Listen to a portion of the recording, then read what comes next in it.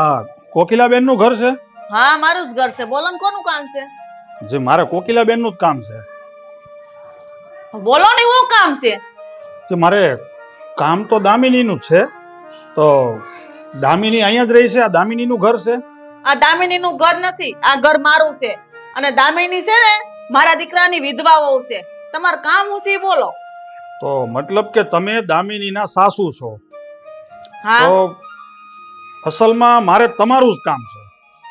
જે કામ હોય ને આ મારા ઘરે છે ને સા પાણી નહીં મળે. જે કામ હોય ને વાત કરીને ઉપડી જાજો. હા, બેહો શાંતિથી અને બોલો જે કામ હોય.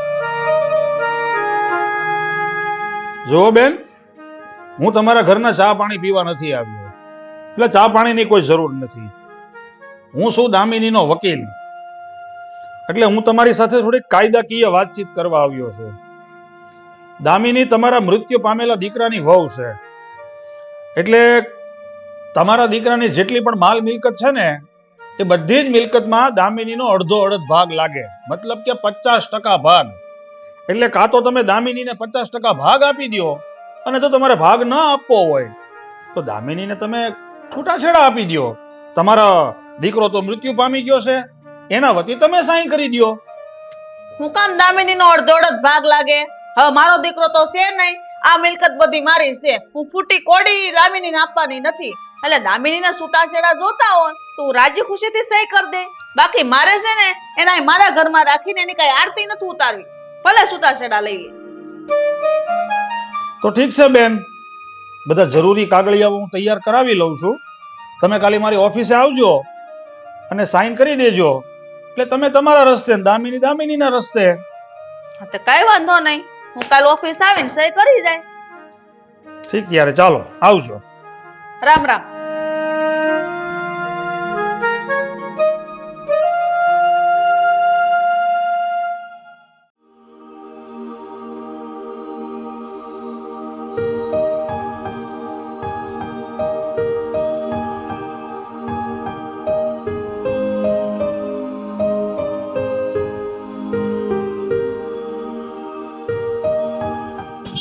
દામિની કેમ છે? સાંભળ્યું છે કે તું હમણાંથી કંઈક નોકરીએ લાગી ગઈ છે. હા, હું જોબ પર લાગી ગઈ છું. મને એક હોસ્પિટલમાં પ્યુન તરીકેની નોકરી મળી ગઈ છે. સારું કહેવાય. હા, હું પણ અત્યારે ઓફિસેથી ઘરે જાઉં છું. ચાલ, હું તને ઘરે ડ્રોપ કરતો છું. જો દેવાંગ, તું ખોટું ના લગાડતો, પણ કોલેજના દિવસો અલગ હતા અને હવેની વાત અલગ છે. હું એક વિધવા છું અને આપણે આવી રીતે ઊભા રહીએ કે પછી વાતો કરીએ તો આજુબાજુમાં 10 લોકો જોવે અને તારી અને મારા વિશે ખરાબ વાતો કરશે. એ સારું ન લાગે. એટલે પ્લીઝ બને એટલું મારાથી તું દૂર રહે. જો સાચી વાત છે તારી, પણ દામિની, આજનો સમય બહુ જ ખરાબ છે. અને હું છે ને આજે, જોકે આવું કહેવું ના જોઈએ, પણ આજે વર્ષો પહેલાંની વાત જે મારા મનમાં હતી ને, એ વાત તને કહી દેવા માંગુ છું. હા, તું જ્યારે કોલેજમાં ભણતી હતી એ સમયે હું તને પસંદ કરતો હતો. જ્યારે તું મને ઓળખતી પણ નહોતી એ સમયથી. પણ બન્યું એવું કે તું અને સાગર બંને એકબીજાને પ્રેમ કરતા હતા. સાગર મારો બેસ્ટ ફ્રેન્ડ પણ હતો, એટલે તમારા લોકોની વચ્ચે આવવા નહોતો માંગતો. અને સમય સંજોગો અનુસાર તમારા લોકોના લગ્ન પણ થઈ ગયા. જોકે એ પછી તો મેં લગ્ન કરવાનો વિચાર જ માંડી વાળ્યો. પણ જો ને, આજે ભગવાને આપણને ફરી પાછા એક કર્યા છે. મતલબ કે કોઈક તો કારણ હશે ને કે સાગર તારાથી દૂર થયો અને તું અને હું મળ્યા છીએ. જો હું વાતને વધારે ફેરવીને નહીં કહું, પણ સીધી રીતે પૂછવા માંગુ છું કે હું તારી સાથે લગ્ન કરવા માંગુ છું. લગ્ન કરીશ મારી સાથે? દેવાંગ, આ શું બોલે છે તું? હું એક વિધવા છું અને આવા શબ્દો તને શોભા ન દે. પ્લીઝ તું આવું ન બોલે ને તો વધારે સારું. જો દામિની, તારા માટે એક ખુશીના સમાચાર પણ લઈને આવ્યો છું. મારા પપ્પા આજે તારા મમ્મીને મળ્યા હતા, મતલબ કે તારા સાસુમાને. એમની સાથે મળીને એમણે બધી જ વાતચીત કરી લીધી છે. તારા સાસુમાં તારા છૂટાછેડા કરાવવા માટે થઈને રાજી થઈ ગયા છે. એટલે કાલે તું અને તારા સાસુમાં બંને મારા પપ્પાની ઓફિસે આવવાના છો. એકવાર તારા છૂટાછેડા થઈ જાય પછી તો તું એકલી થઈ જઈશ ને, તો પછી તને મારી સાથે લગ્ન કરવામાં શું વાંધો છે? જો તે સમાચાર તો સારા આપ્યા છે. જો મારા સાસુ છૂટાછેડાની વાત માની જાય ને તો આનાથી મોટી ખુશીની વાત કોઈ ના હોઈ શકે. અને રહી વાત લગ્નની, તો એના માટે તારે મારી સાથે નહીં પણ મારા ભાઈ સાથે વાત કરવી પડશે. જો મારો ભાઈ માની જાય, એને કોઈ વાંધો ના હોય ને, તો હું પણ રાજી છું. ભલે દામિની, તું જેમ કહીશ ને એમ જ હું કરીશ. એકવાર તારા છૂટાછેડા થઈ જાય ને પછી તારા મોટા ભાઈને મળી લઈશ અને એમની સાથે આ વાત પણ કરી લઈશ. જો તારા મોટા ભાઈ હા પાડે તો તારી સાથે લગ્ન કરીશ, અને જો એ તને ના પાડશે ને તો હું તને હંમેશા માટે ભૂલી જઈશ. ચિંતા ના કર. હવે તને ઘર સુધી મૂકી જાઉં કે? હું મારી સાથે જતી રહીશ. ઠીક છે.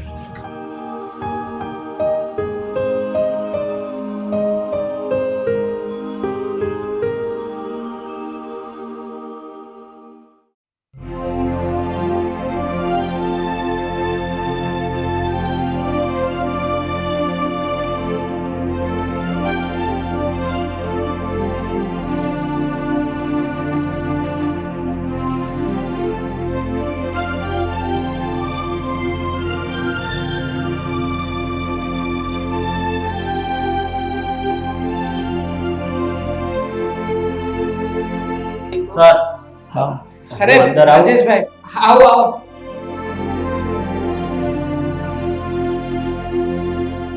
બેસો.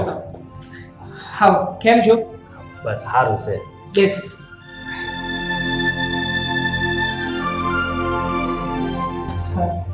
રાજેશભાઈ, દામિની તમારી બેન છે?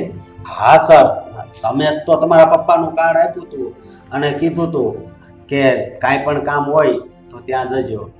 રાજેશભાઈ, આ બધી વાતની તો મને ખબર જ છે, પણ તમે જ દામિનીના ભાઈ છો આ વાતની મને નહોતી ખબર. હા રાજેશભાઈ, આજે તમે તમારા બેન દામિનીની વાત કરો છો ને, એ દામિની અને આ મારો દીકરો દેવાંગ બંને કોલેજમાં એક સાથે જ ભણતા હતા, એટલે બંને એકબીજાને સારી રીતે ઓળખે છે.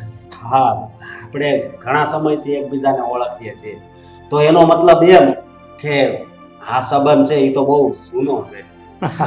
અંદરો અંદર સંબંધી જેવા છીએ આપણે. અંદરો અંદર સંબંધી જેવા છીએ.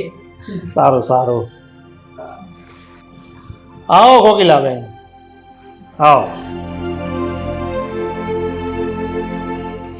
કોકિલાબેન, આ દામિની તમારા મૃત્યુ પામેલા દીકરા સાગરની વિધવા છે, એટલે જો તમારે એને છૂટાછેડા આપવા હોય તો આ ફાઇલમાં સાઇન કરો, અને જો તમે સાઇન કરીને એને છૂટાછેડા નહીં આપો ને તો એક વાત યાદ રાખજો, આ દામિની કાયદેસર તમારા દીકરાની પત્ની છે, એટલે તમારા હરેક મિલકતની અંદર એ 50%ની ભાગીદાર ગણાય છે.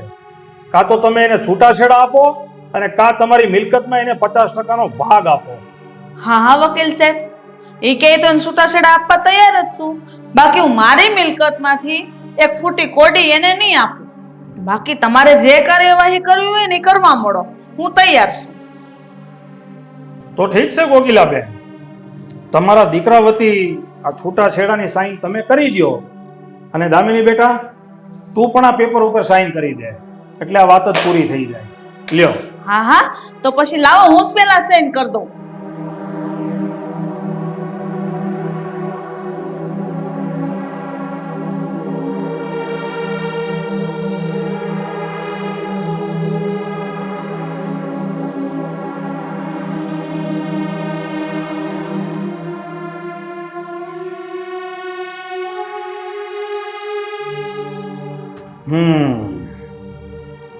ઓકે કોકિલાબેન, તમારું કામ અહીંયા પૂરું થઈ ગયું. હવે તમારું કોઈ કામ રહેતું નથી, એટલે તમે જઈ શકો છો.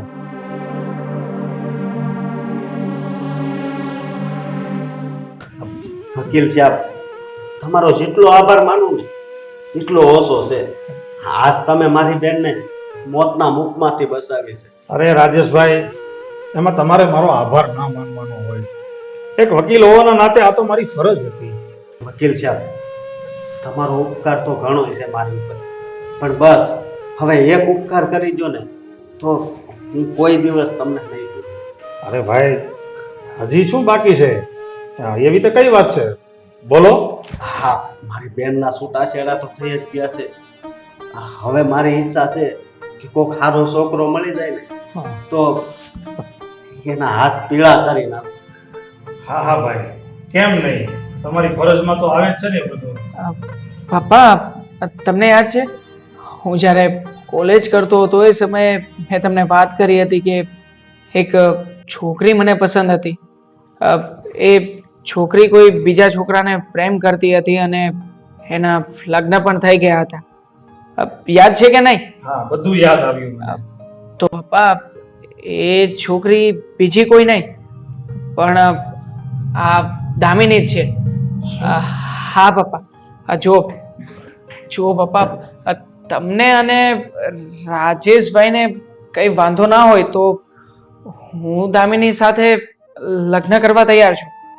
હા બેટા, તારી વાત હું માનું છું, પણ જેવી રીતે તું દામિનીને પસંદ કરે છે તો આ દામિનીને પણ પૂછવું પડે ને કે એ તારી સાથે લગ્ન કરવા તૈયાર છે કે નહીં. બોલ બેન, તને આ છોકરો પસંદ છે? તારી આ હોય તો જ એની હારે લગ્ન કરાવવા છે. બાકી તારી વિરુદ્ધમાં જઈને હવે હું કાંઈ નથી કરવા માંગતો. ભાઈ, હા, જે તમારી પસંદ એ મારી પસંદ. તો બોલો રાજેશભાઈ, હવે તમારું શું કહેવાનું છે? આપણે આ બંનેના લગ્ન કરાવી નાખીએ? કરાવી જ નાખવાના હોય ને. ખરેખર હા, હું આ તમારા દીકરાની કંપનીમાં નોકરી કરું છું ને એનો ફાયદો આજે હાસો મને મળ્યો. હા, તો રાજેશભાઈ, હવે આપણે એક સારું એવું મુહૂર્ત જોડાવી અને આ બંનેના લગ્ન કરાવી નાખીએ. મિલાવો હાથ.